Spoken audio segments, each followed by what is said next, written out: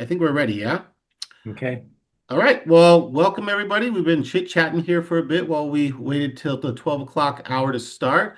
Welcome to our presentation on environmental impacts due to the repercussions of AI. My name is Zach Semblin. I am the Dean of the STEM division at Foothill College, and there's a team of us that all work together around AI related topics, and we try our best to put on at least two different workshops or seminars per quarter at Foothill, and they can be of all kinds of related topics. This one happens to be, I think, a really important topic that's affecting a lot of things in our world right now, which is pertinent to energy usage, environmental impacts, and thankfully we have Professor Robert Cormia here to give that presentation. I'll let him do a more thorough introduction of himself in a bit, but just wanted to say thank you to Sophia Kim, who's also here, our SLI director, and Jordan Bueno, who's our STEM division senior admin assistant, for helping to also coordinate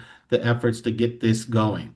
And with that, feel free to put things in the chat. We have until 1:15 on the block of time to have this presentation, and we do have, I think, enough time to mix in some questions here and there, and maybe some time at the end for a more thorough dialogue and Q&A. So, welcome. Thank you for attending, and I'm going to hand it over to Bob. All right, Bob, all Okay. yours. Hand it Well, over. thanks. All right. Hey, guys. Thank you for attending this afternoon. And I want to start out by saying that this is a topic that is near and dear to my heart. As an AI, sort of a power user, I'm using AI all day long. I've also worked in energy and sustainability. I still help the college monitor its energy use and emissions. And I've been looking at that as a topic for many, many years. I've taught clean energy technology at Foothill College, not in a long time, but way back in 2011 to 2014-ish. And so have a pretty decent foundation in how we're going to decarbonize our power grid. And the importance of this topic is, as you all know, AI is growing leaps and bounds, and it's using even more energy as it's growing leaps and bounds.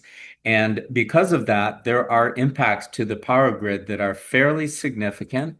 And there are also opportunities, in my opinion, to get ahead of this growing demand and also ask, what can we do to help build a clean power grid to accommodate not just AI, but electrification of transportation and electrification of buildings? All right, I'm going to kill my video to cut down on bandwidth, but I did want to say this presentation is coming to you live from Half Moon Bay, and so this is my first guest lecture from Half Moon Bay, and I'm looking forward to it. This is going to be more of storytelling than a lecture. There is room for questions along the side. Zach will be moderating those questions. And we'll try to keep them pertinent for each one of the slides and not digress too far. But if there's an important message or a question that I want to answer at the end of the presentation as a summation, then we'll go there. So powering AI, energy, and sustainability. And I'm just going to make sure, Zach, sorry, my slides wouldn't advance.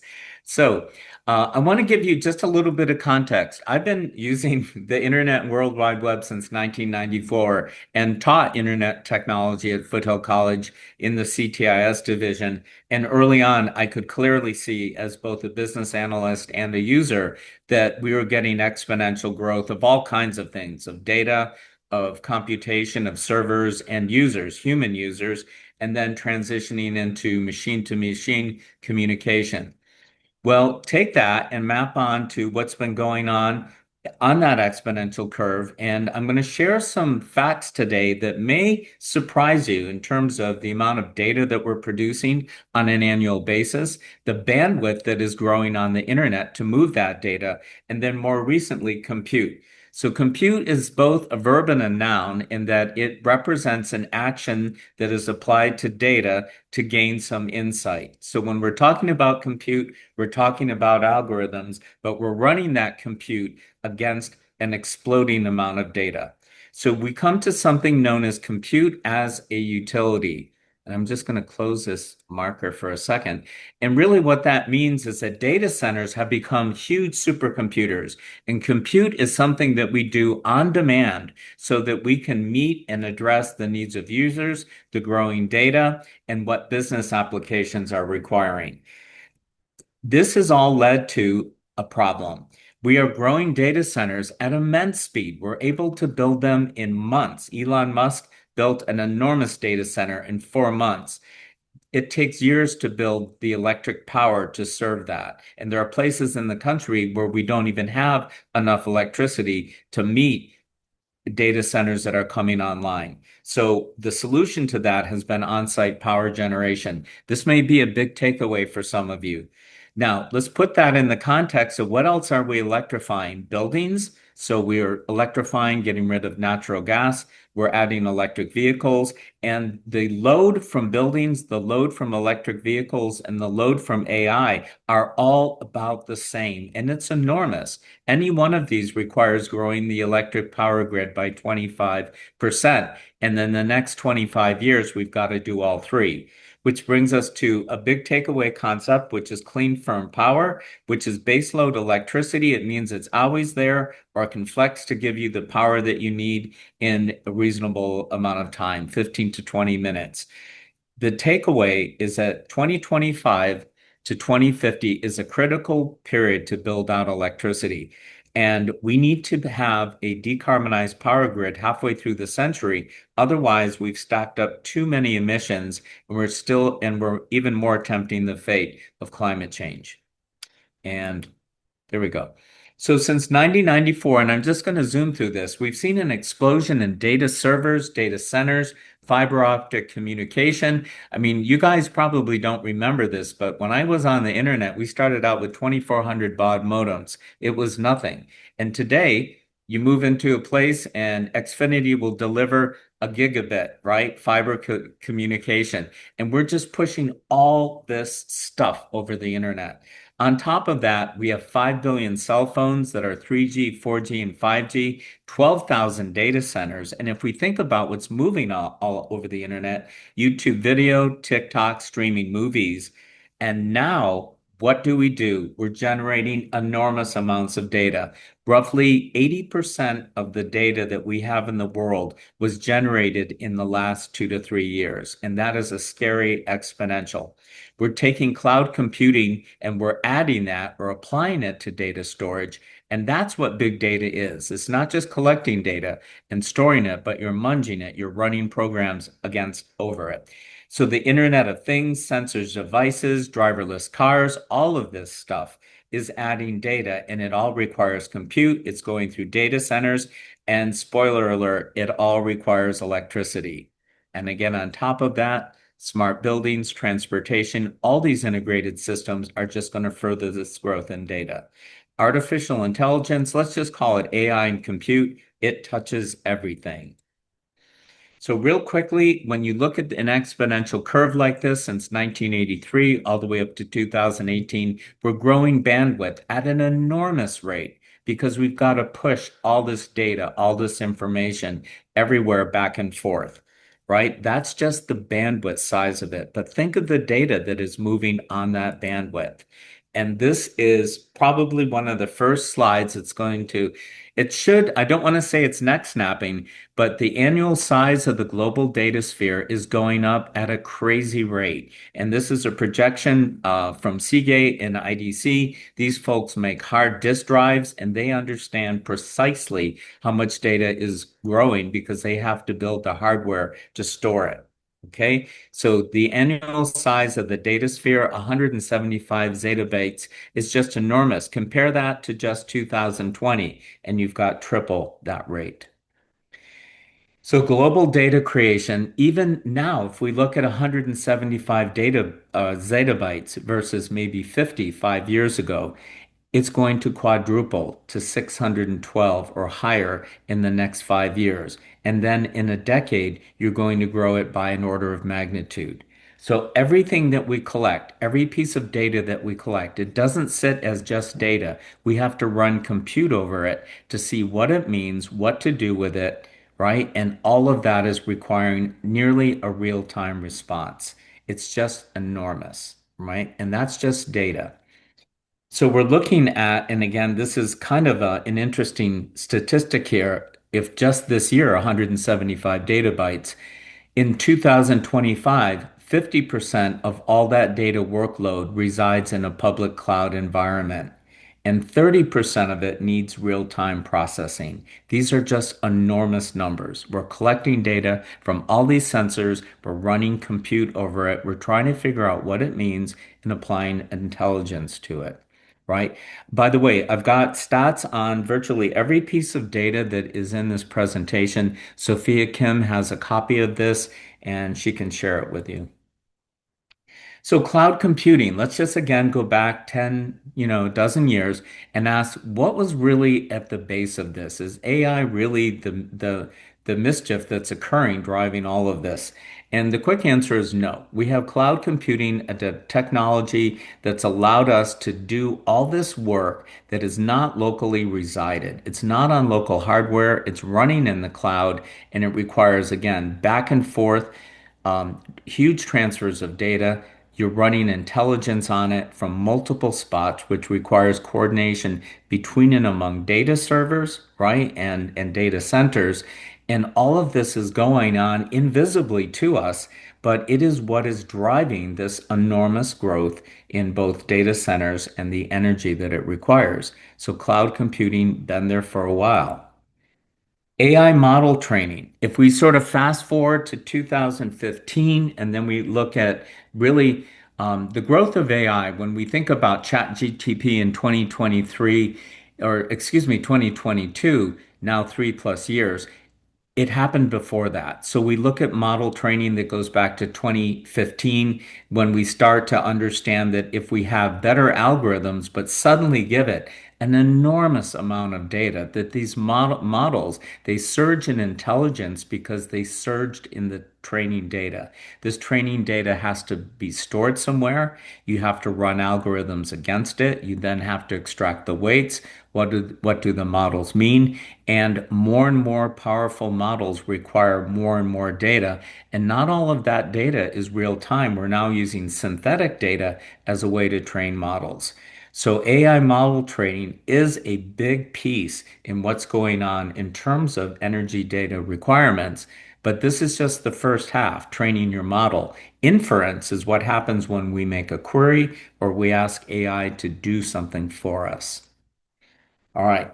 The world has, at this point, probably well over 12,000 data centers. This slide is a year or two old. And when we look at where these data centers are, they're everywhere. They're everywhere on every continent. I don't think Antarctica has a huge data center yet, but we have compute just everywhere. And these data centers are growing explosively, not just in number, but they're growing explosively in size. And as they grow bigger and bigger in size, they are starting to grow more compute. So you have data centers growing in number and then growing in footprint by fourfold, by fivefold. There are now million square foot data centers. And to the point where we don't describe the size of a data center in square feet, we describe it in terms of its power demand, almost like bragging about the horsepower that your car has. We would say this is a gigawatt data center. When you read that in the press, I want you to understand that a gigawatt is about the size of a small nuclear power reactor, or it's the size of two very large natural gas turbines. A gigawatt is a lot of power. And to brag that your data center takes a gigawatt, my follow-on question is, where is that power coming from? What generates the primary energy? What is the primary energy that is generating that electric power? And what is its carbon intensity? So those are three things that we'll be looking at today. All right. And by the way, if you guys have any questions, there's something in the chat, Zach. If that's just a question or a comment on something, I'm happy to stop if there's a fact or something that you guys need clarification with. I'm a technical guy. I use a lot of vocabulary. I'm not trying to snow you, right? So I want to make sure that you understand these terms. Big ideas here. Compute is a very big term. cloud computing is a very big term. And the size of the data center is now measured in its power demand. So these massive AI factories, this is a quote, right, from Jensen Huang, CEO of NVIDIA. And we're throwing these H100, H200 GPUs that are drawing like 10 kW per server. 10 kW, if you guys know anything about cars, especially electric cars, 10 kilowatts of power is what pushes your electric car at about 30, 40, 45 miles an hour. So these server racks use as much energy constantly as an electric powered electric vehicle does. This is a tremendous amount of load. So Jensen Huang is talking about AI factories being these centers where we're creating supercomputers, running AI algorithms, and creating all this knowledge and calling the data center is our new unit of compute. How many of these data centers do we have? Okay, so now I'm going to slow down a little bit because I want you to start to absorb some rates. When we look at data center electricity demand, so why do data centers need electricity? Well, you need energy to come in and flip the transistors. That takes energy. You're pushing against the internal resistance. Then you're generating heat, and then you have to remove that heat. And the CPU itself will require as much energy or more to remove the heat that it generates because you create that heat through resistance and then you need even more power to come back and remove that heat. So it's like you're being hit twice with that energy demand. And when you're looking at these scenarios, low growth, moderate growth, high growth, higher growth, we're currently on track. We're up in the 10, 12, 13% in terms of the amount of electricity in 2030 electricity that we are going to be needing for these data centers. So we're going from a world where it was maybe 3 or 4% of total electricity, maybe even 5%. That's not unreasonable for a knowledge economy, 1/20th of our electricity, but now it's jumping to 15%. And that jump from 5 to 15%, you'll say, well, we'll just turn up the power generation. Is that it's a little trickier than that. You have to bring more generation on because you can't run everything at 100%. You're running more power over an older power grid. You have resistance in your electricity line as well, and you're creating heat. You're also adding stress to the grid because there are competing demands. And where we're starting to worry is what happens when you have a data center in Georgia and you have tremendous high humidity in the summer. Everyone turns their air conditioning up while your data center is using more energy to cool itself on, right? And then boom, you have a failure somewhere on the power grid that is unanticipated, and then everything can come to a catastrophic stop unless you can cut that load. So this is one of the reasons why when we talk about electricity demand and growth in demand, that you don't want to rely necessarily on a distributed power grid. You may want to have some local generation. You want to be careful about that. But look at this nearly straight line curve going up to 2030. And again, we're looking at a data sphere that is going to grow somewhere around tenfold from where we were last year. More data, more compute, more algorithms. And if we don't see some breakthrough, and Zach, I know you like this term, some quantum leap, some quantum breakthrough, right? And how we run our computers, this electricity is just going to sink us because we cannot grow the grid fast enough, right? This is just to 2030. So these data centers are powered by electricity, and 15 states accounted for about 80% of national data center load in 2023. So a lot of data centers go to states that aren't necessarily, I want to be careful here, they're not higher cost centers, right? We want to go where electricity doesn't cost quite as much, where you can slap up a data or put together a data center fairly quickly, again, because your construction costs are more manageable.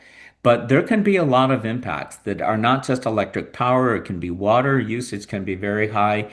But when you have a small number of states accounting for this concentrated amount of electric demand, then you have to ask, where am I getting my power from? Am I having to route power from a couple states away. So it's something about electricity, not in this talk, but electricity is created everywhere in the United States. And there's an eastern grid, a western grid, there's ERCOT down in Texas, and we shuttle energy back and forth. We sort of swap it from one grid to another to another. We swap that power. And so it requires a tremendous amount of coordination, tremendous amount of coordination.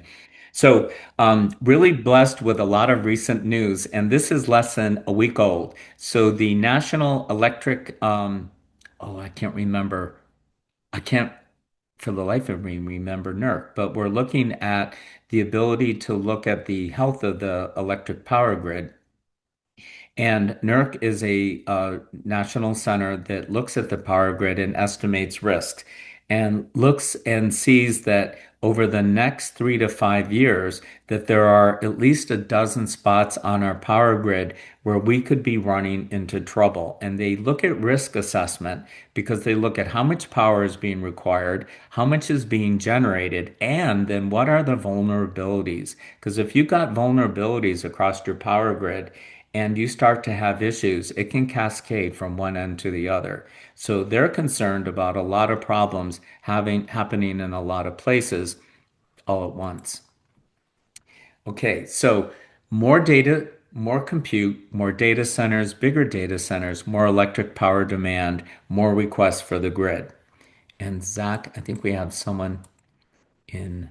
We're having a I side conversation about what NERC is, Bob. North oh, American go, Electric Reliability Corporation. Thank you. I looked at that this morning and I apologize. I kind of ditched on that. So the And Bob, just reliability part, real quick, there is a question about energy usage in LLMs, and I just didn't know if you had a different spot in your I slides. do. Okay, we'll wait for Yes. that. We'll surface that. Yeah, and I'm going to have two answers for that. So, and it's a perfect one. Okay. But I want to lay the context for really where the issues are, right? And so we're looking at load requests. So load requests is really it's a look ahead that when you're going to bring in when you're a large power user, you can't just say to your utility, oh, by the way, I'm putting up this new data center way out in, Reno, right? So there's about 5 or 6 gigawatts of data center growth going on in Reno. They don't have 5 to 6 gigawatts of power.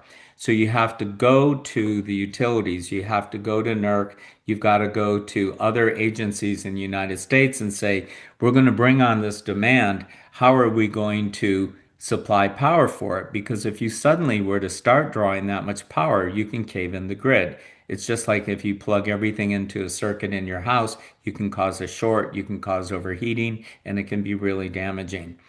So we're looking at a terawatt of data center requests. Now that's just total look ahead for how much might be there. I know in the Bay Area, San Jose, city of San Jose, and the mayor down there are looking at San Jose becoming a large regional center for data around the Bay Area, right? And they're looking at about a dozen new facilities, bringing on 5 to 6 gigawatts of power demand in something like a decade. We don't have that 5 to 6 gigawatts of power demand. And so what's really important is to ask if we really want these data centers, then we've got to be building out our power generation faster than we're building out data centers. And so these are load requests that says in the queue, we're asking for a power for a tie-in. We're asking for a hookup, right? So what we have now is the delay in bringing power in. And again, this is going to lead into why the problem that we're creating and how we're trying to solve it is the median interconnection request or tie-in to a commercial operation has been approaching 5 years for projects that finished 2 or 3 years ago. And so what that means is for projects that were finished just a couple years back, that it took 5 years from planning to building to tie-in to full operation, right? And so that is a long amount of time, and it's much significantly longer than the 2 to 2.5 years that it might take to build a data center. So you can't be ramping up your data center deployments when your power is not scaling at the same rate. You're going to run out. You're going to run into a problem. So one of the answers is to bring natural gas on site. And so there are a couple ways to do this. And so hyperscalers having, people like Google, people like Amazon, people like Microsoft and Meta, right? They're building their data centers and they are hyperscalers. They can scale to like tremendous amount of compute. And where does that power come from? They're bringing it on site. And so they're actually bringing on natural gas generators to replace diesel generators, what we call gensets. So natural gas generation is coming on. And this is to obviate the delayed tie-in of siting and building, say, a 500 megawatt natural gas facility that's, say, somewhere in California, right, that PG&E would buy power from. In other states like Tennessee, where Elon Musk just finished a build out of a data center at a tremendous rate, they just brought their own power on site. So you'll see in a moment how that's done. The problem that this brings is that it's fairly high pollution. It's natural gas in somewhat of a clean burning sense, but natural gas is a hydrocarbon. It's got reasonably a fairly high carbon intensity to it, not as bad as coal, but it also creates particulate pollution. And when we look at some of these on-site generation, there are orders that have been placed as large as 2.3 or 2.5 gigawatts of a plant in Texas. That's about somewhere between 4 and 5 huge natural gas turbines, but these are not traditional installations. So bringing your own generation, AI data centers, BYOG, means that you're going to build out your power on site next to your data center. So Elon Musk has an AI lab and it's relying on small modular 16 megawatt turbines. These are not small installations. You can bring them in on 50, 53-foot trucks and you just park them, you install them, and you run your power right next door. This meets the need of deploying a data center quickly. So on a small scale or on a current scale, you're solving an immediate problem, but you're adding long term to pollution because you've got to ask, will these small modular units be here forever? Or do we plan on replacing them with a larger source of power, a cleaner source of power, right? And how are you going to do that? And then we're going to look at lead times. Some of these technologies, like solar, can be very quick to deploy. But remember, power only works for about a third of the day. So now you need battery storage. And if you look at the issues that we had down in Monterey with a fire down by that power plant, um, is that we still don't know how to build a large amount of storage and to do it safely. So we're on the learning curve there. So backing into this, people are, I don't want to say slap up a data center, that's kind of slang, but to put together a data center in a span of, say, 6, 9, 12 months when your power can't possibly be there. So you just bring it on site with you. And I don't want to comment on the permitting on how this is done, but this is done in a lot of states where permitting is much more lax. You couldn't, for instance, do this in California. And I will get to the question about data, about the amount of compute with AI, right? I'm still laying the foundation for what are the impacts of all these data centers, all this data, all this compute, and the amount of power, because power has consequences.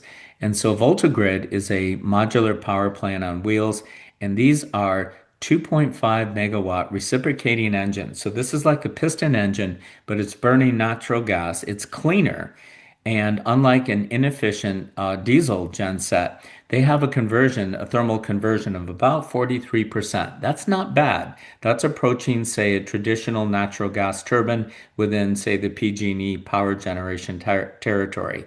So 43% isn't bad, but remember that just means that you're burning somewhere around twice that amount of natural gas to produce half that amount of intrinsic power.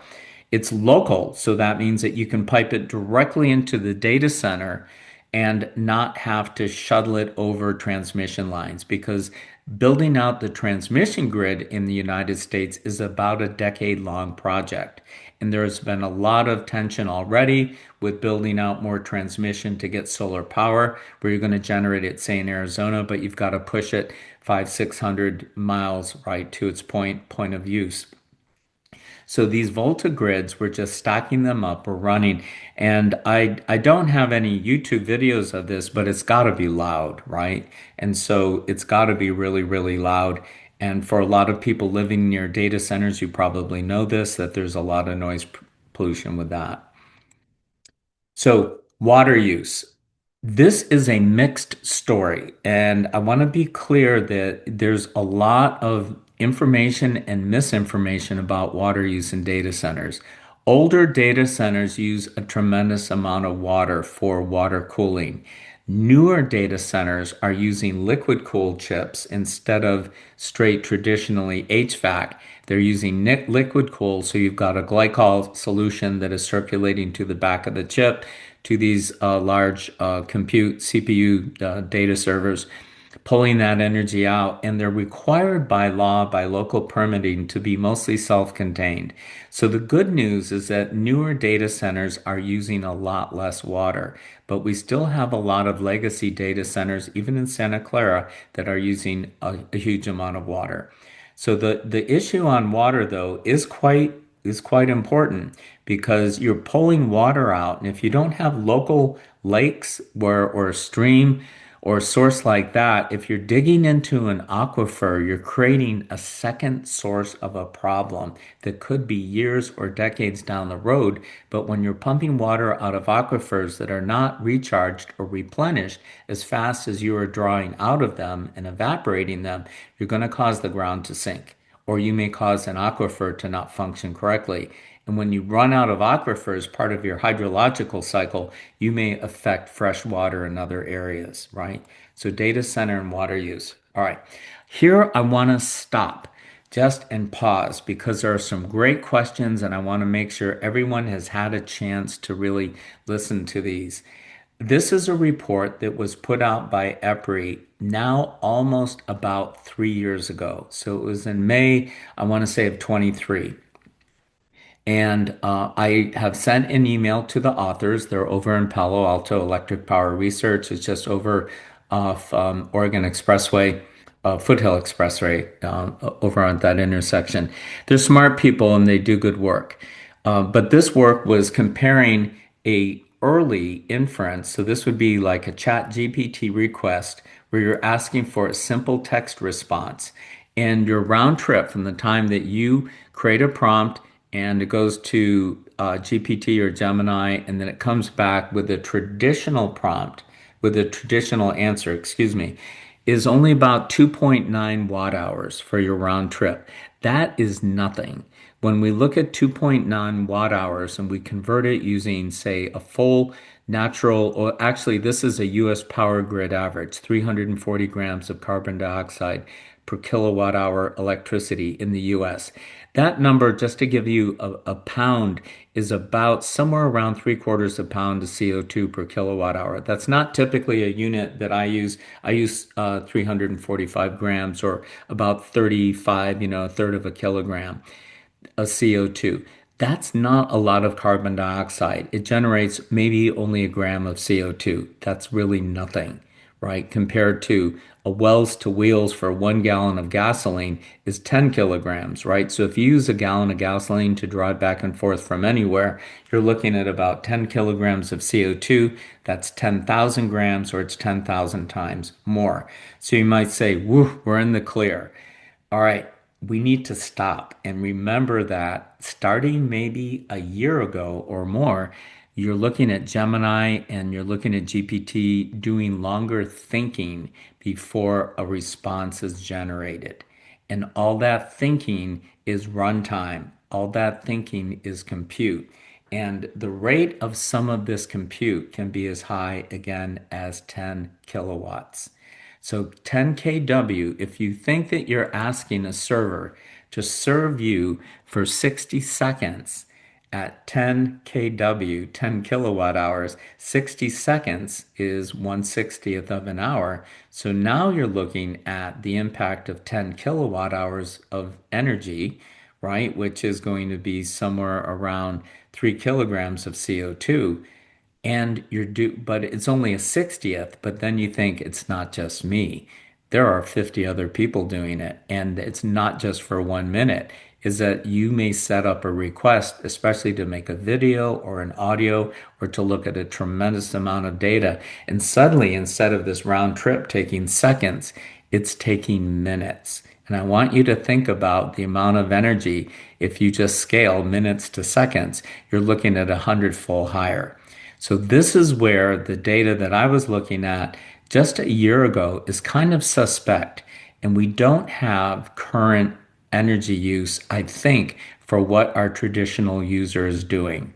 So I don't want to deter you from using AI, but as been suggested as very good advice, think about the task that you're asking AI to do. Do you really need a 5 minute analysis to do an entire report or what we call a deep dive, right? And so we do deep dives. I do this in Gemini. I don't do it often, but I have done it, and it's taken minutes to get a response to come back. And you should watch your model work while it's thinking and understand it's going back and forth and doing really probably, I want to say, at least 10 and maybe closer to 100 times as much effort as you were doing with a simple prompt maybe a year or two ago. So these numbers look low. How do we know how much is being used? It comes back to your data centers. How many do you have? What is the power demand of that data center? If it's 1 gigawatt for an entire data center, that's it, right? That tells you something. And so you may not know your contribution to that data center, but it's there. All right, a question, Zach. Yeah, so I think this is a good time to surface one of the previous questions, which was relevant to these queries and how the energy usage dependent. Sounds like what you're saying is it's really dependent on the type of query and the expectation and the processing that's used to generate the output. But is there a difference between different products of these LLMs, say like a Chat GPT or a Gemini? Compared to some other products. I don't know any other things. Like, is there a product that you're aware of that is the best for energy usage, best for our So planet? yeah, your question is thoughtful, and the way that you worded it is perfect because what it really comes down to is the task that you're asking for and the amount of compute that's going into it.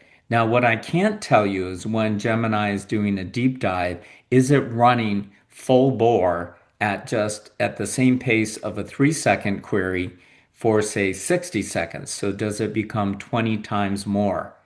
Or are there more efficient algorithms? I think all we can do, Zach, is really look at in the aggregate, how long is it taking a task to complete, excuse me, how long does the task take? And then scale that back to a 2 or 3 second typical query for Google, right? Just a traditional search engine. And what's very thoughtful in your question is that AI and students, you should know this. We all should know this. AI is not a vending machine for answers. And so when Google comes up with an answer, it's using a knowledge graph to quickly generate an answer based upon compute and inference that it's already done. When you're doing a novel task and you have new inference, the model has to go out there and run. It's got to run against that query. So I think all we can know for now is to, I don't want to say to hold large hyperscalers accountable, but we should know how much of these data centers are associated with AI workloads, and then where is your piece of the puzzle? The Zach, a question that kind of makes me pause for a moment is we're just human users. And at the start of our discussion today, we were talking about AI agents that are out there, little minions that are just doing back and forth communication. And one of the things that concerns me about that is that these agents, right, you just start them up, you fire them up, and they run and they go off and do their own work and they're continuing to work and work and work and grind and they don't get tired. They're just running on a task. And I wouldn't be surprised if their share of total compute goes from maybe 10%. This is a swag, from 10% today to maybe 50% in just a couple years. And so think about we have a world of sensors, we have a world of data, we have a world of compute, and we have a world of agent. And now these agents are running around in this world of data and compute. So I love the question and the way that you formulated it. There's a lot of runtime, and I don't think that the assignment of runtime is transparent for users, human users and machines, right? Did that appropriately answer your question?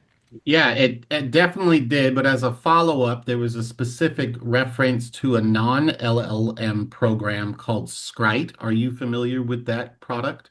Called Stripe? Scripe, Stripe, I'm not. S-C-R-I-P. No. What could the person with the question share about that? Um, well, that person certainly, if you want to put more in the chat for reference, but I did a little snooping on it. It looks like some type of script writing kind of automation, but it does not seem to be an LLM. So there was just some surfacing around that. But if you're not familiar with it, that could be I'm not, fine. no, and I Yeah. don't want to just throw out just any old answer on it. But I think it comes down to when you're asking an agent to do work for you, it really comes down to cycles. And this is I did a prompt with Gemini and I asked a couple things. It's like data centers are using electricity for what? To flip a transistor bit, like a 0 to a 1, where you're pushing that against the resistance of the silicon device and the rest of that transistor. And then you're looking at the cooling that's associated with it. The number of cycles or compute associated with an algorithm, right? That's where efficiency becomes very important. That's where quantum computing could become extremely important, right? If we learn how to execute algorithms against data using different types of compute that are using optical computing, there's no heat there, right? And so that would be a game changer. And you and I had this conversation just not even a week ago. And that day will probably come, and we may look back at these days of generating these huge data centers with gigawatt demand in the natural gas turbines, and we'll look like a bunch of Neanderthals, right? And the Cro-Magnons come around with the quantum computing, and they're just running it on light, right? So I think that this is part of a future that we have to think about, while also asking, is there any transparency in what is driving compute and what is going on, and how to assign that to an individual request? Right. But I don't want people, especially students, to think I should not be using AI because I'm going to destroy the world, right? With carbon emissions. It's like just look in the aggregate. There are a lot of machines, there's a lot of cloud computing, there's a lot of business use. You're just part of it. And at the end of the day, what you're doing with AI may make your life efficient and your productivity better. That when you look at what you're producing against any of the pollution aspects, that yes, it's incrementally getting worse, but it's not astronomically worse. You may be getting a lot of stuff done. To Very that good. point, um, there are other products out there that are similar to LLMs per se. There's a question is actually, you know what? The person in the chat, go ahead if you can unmute and Yeah. ask your question. Yeah, please do. Thank you. I thought that would just be easier than trying to continue to go in the chat. So at the College day that we had at the beginning of the fall quarter, we had a professional, or we had a tech worker and a professor come and give a plenary speech, and her whole entire talk was around the environmental impact of AI. And one of the things that she noted is that LLMs, such as ChatGPT and Google Gemini, because they are LLMs, that they are not as environmentally friendly as other programs such as Scrite. It's Scrite. Scrite is one of the programs she recommended. I think there was another one called, it was under something. I'm sorry, I don't remember the name of the second one, but it was under something. So that there were two programs that she had said these are similar to ChatGPT and Gemini, and that they're generative AI programs, but they're non-LLM, so they're safer for the environment. But when my department investigated those particular programs, because we were going to put on our syllabus to encourage students to use those instead, we found out you need subscriptions in order to use them, whereas Gemini and ChatGPT you don't. So I've been trying to do some research and not unfortunately getting very successful, but I'm trying to see if there are recommended non-LLM programs where generative AI can be used, but that is not hurting the environment as much. That's what I've been trying to ask. Right. No, and that's a very thoughtful question, and it's got a lot of terminology that is mixed in, right? You're looking at large language models that have one way of using AI algorithms to look at a text input, to map it into vectors, to find the best answer, to do reasoning, and then put a text output. You're describing a type of program that I'm not familiar with, but I think when you reach at the end of the day, you're still coming back to how much compute am I using? How many cycles am I using? What is this number of cycle time? What is the actual number of, you wouldn't break it down to transistors, but what is the power requirement for the task? And am I getting a similar answer? If you send me that question to Cormia Robert at fhda.edu, I'll I put it will in the do my chat. best to try to research that a little bit further using what I did earlier preparing for this talk, which is to ask what is driving the energy use for the compute associated with this program, right? And the compute associated with the task. Would open weight models, Bob, be similar to that in a sense as an That's another alternative? good question. I don't have an answer to it. What I've been focused on is really looking at the aggregate, not I'm looking at the data center sort of as a black box in an engineering diagram. And so you're looking at what are the total requests, the total demand on the data center. What is the total amount of compute? What is the energy being used? What is the energy in water for cooling? And how does that all work out? And then you have to spread it around a universe that is bigger than us as faculty, as students, as users, but looking at the machine to machine loads, right? It's a very thoughtful question. And Christina, I want to say that in the year since I first gave this lecture, and it hasn't even been a year, the amount of new information is really staggering. And I think that these questions are only more important. They're only more important. Okay.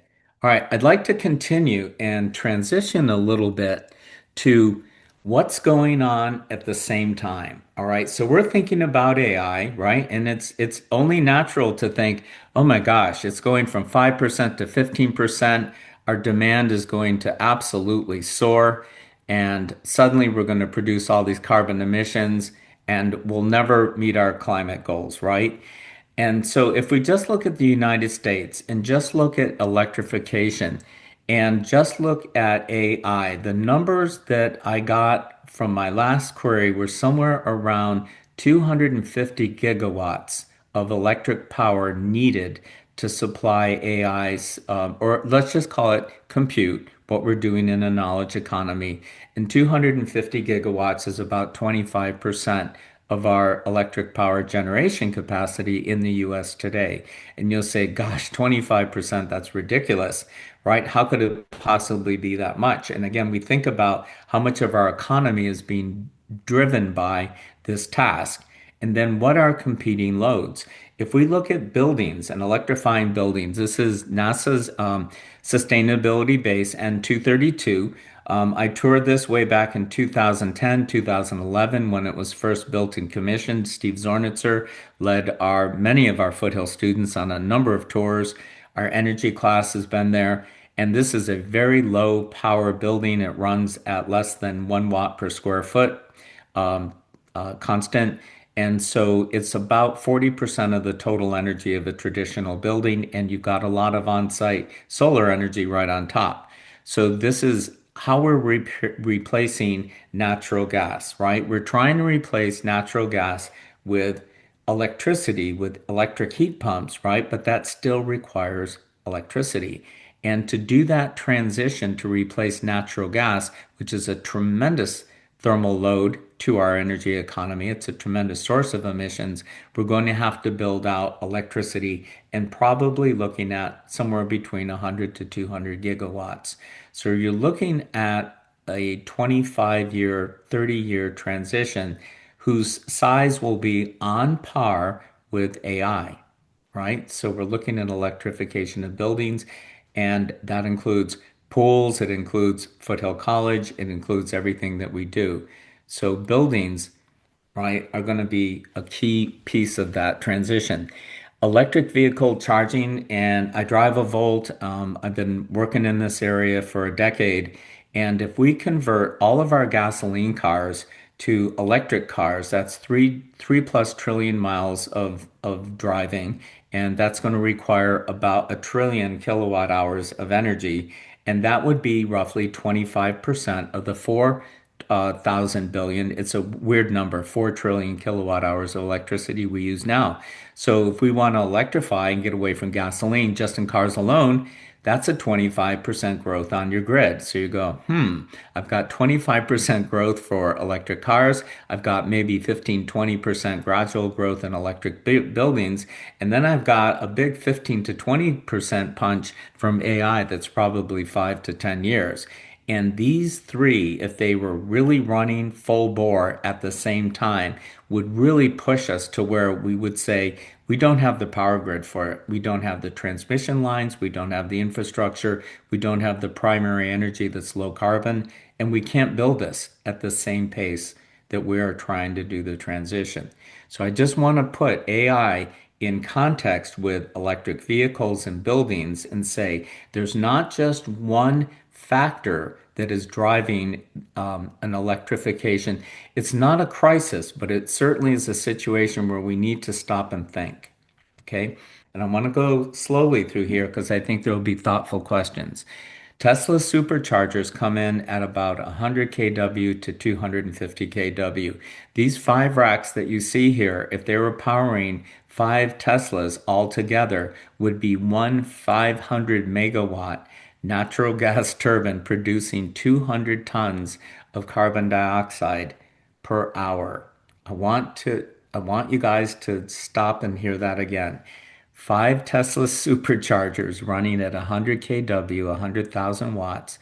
That's 500,000 watts. That's a 500 megawatt, right? When we look at, excuse me, I exaggerated there. I was off by an order of magnitude. What I was trying to say is that when we look at that amount of power, 500 kW versus 500 megawatt. You do this 1,000 times, and now you're looking at just enormous amounts of electricity. I misspoke there, and I apologize. I'll go back and clean that up. But the power demand from charging electric cars on a high, like EVgo or EV charge or a fast charge is just enormous. It's just enormous. So you've got 500 kW of power. You do that in 1,000 places, and you're going to need a whole new power plant just for that. So we need to grow our electric generation by at least, and when I say at least 25%, that's just beyond where we are to accommodate AI, or we need to grow it by 25% for electrification of electric vehicles, or 15% for electrification of buildings. When you start to add all this to an aging transmission grid, and then you're looking at power that you want to take off. If you want to take coal off the power grid, you've got to replace it with something clean. And solar and wind will do it for you, but not all day long. You need energy storage for that. So you could bring on natural gas, but you need to be using carbon capture, and we're not doing that.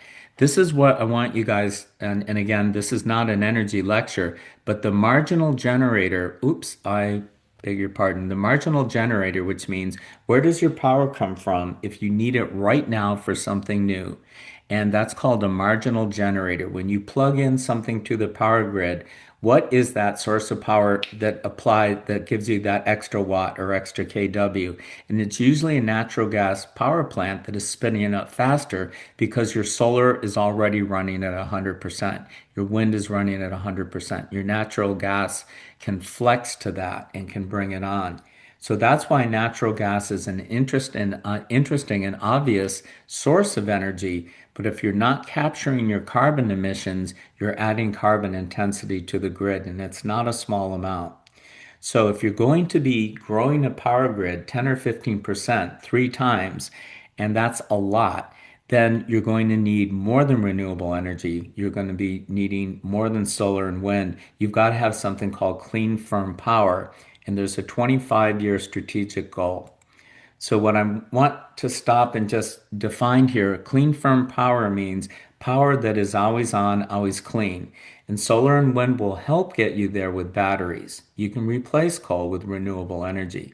Natural gas turbines can get you there, but you need carbon capture, and no one is doing it. Not because they can't, but because they won't.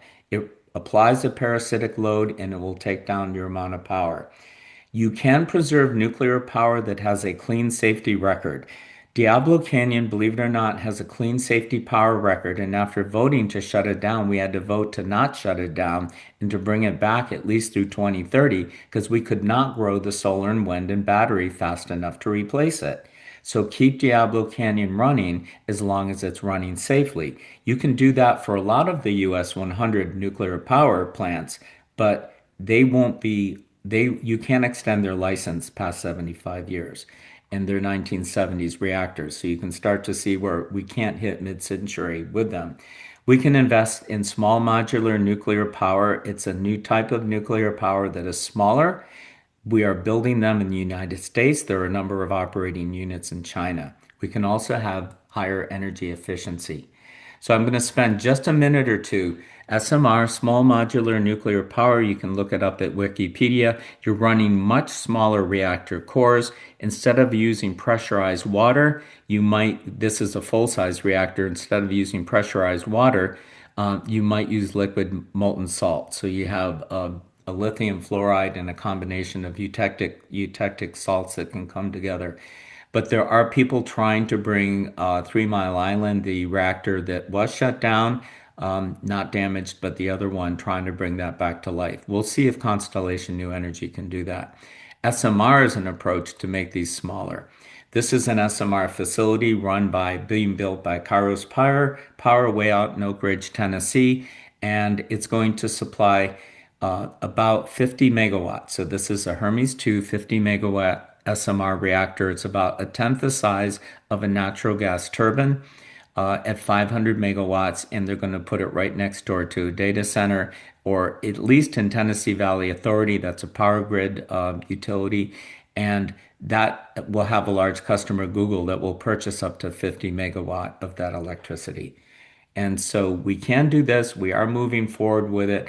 I do have a little bit of education in nuclear chemistry, and I'll say I was there 1978, 79 when TMI failed, 3 Mile Island, and we stopped investing in that technology. I think that we can do nuclear power safely, but we have to put our heads to it. You've got to run it and build it as if your life depends on it. You cannot have a mistake.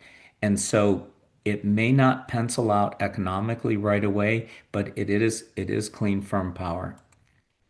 And this is for anyone that wants to dive in deeper, looking at sodium liquid salt. You can run a number of different technologies that surround the reactor core. They run at about 500 degrees Celsius, melting point of the salt crystal, the eutectic, instead of water that boils at they'll run it at 300 Celsius, but that's running at 150 bar. That's 150 atmospheres, and that is god awful scary.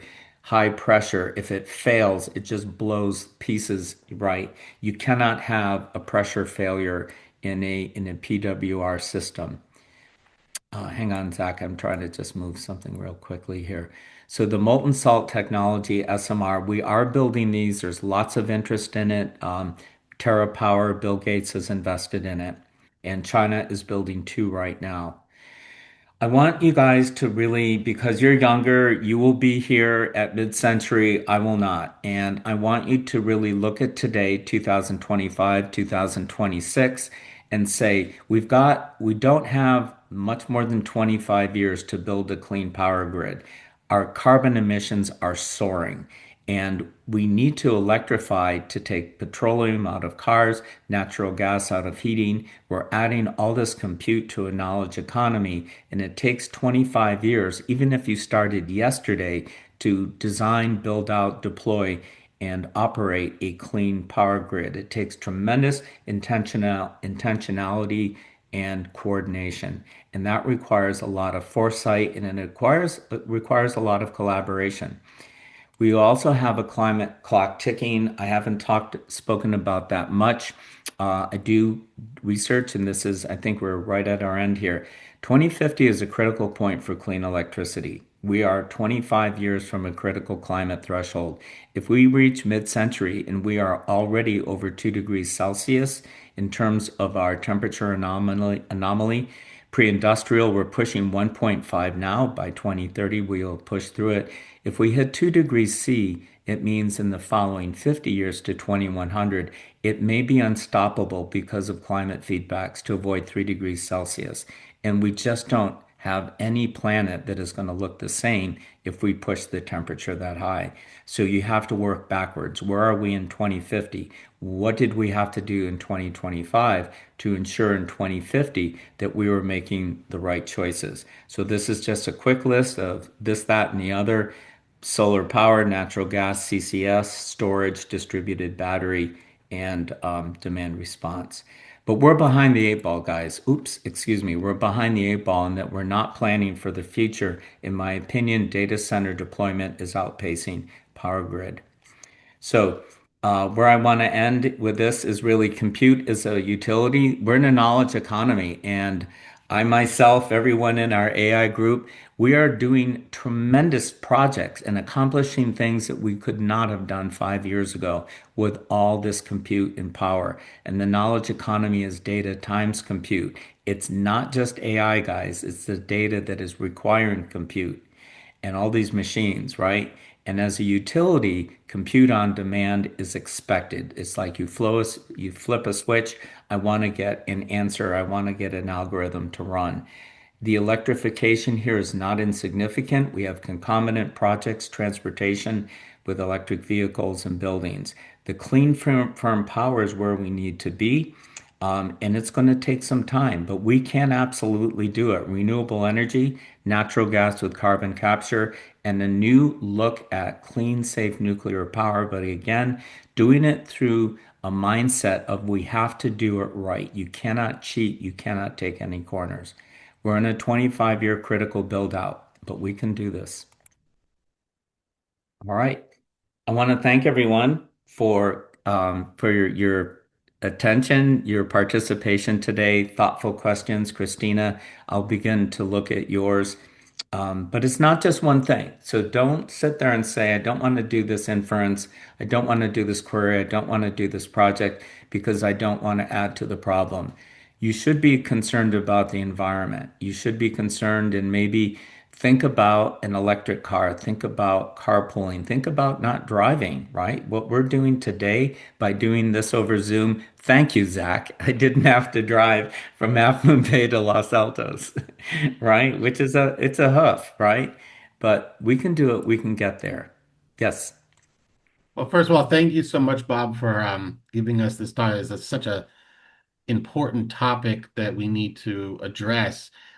There was one question earlier in the chat that I really wanted to make sure you had the opportunity to comment on, and that is some recent news articles that folks have been seeing, maybe that SpaceX and Google in particular are exploring putting data centers in space in orbit. And I wondered what your thoughts were around that and how, if that's a positive thing or it's too complicated. I'd love to hear what you have to say. And I'm going to be completely honest. I saw the headline and I looked at it and I thought, I don't understand where they're going with this.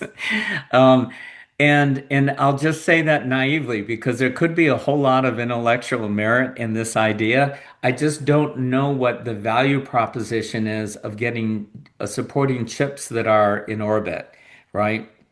I mean, yes, it's cold up there. You run into problems if it's too cold because you're not going to get your hardware to work. You certainly can't service it while it's up there.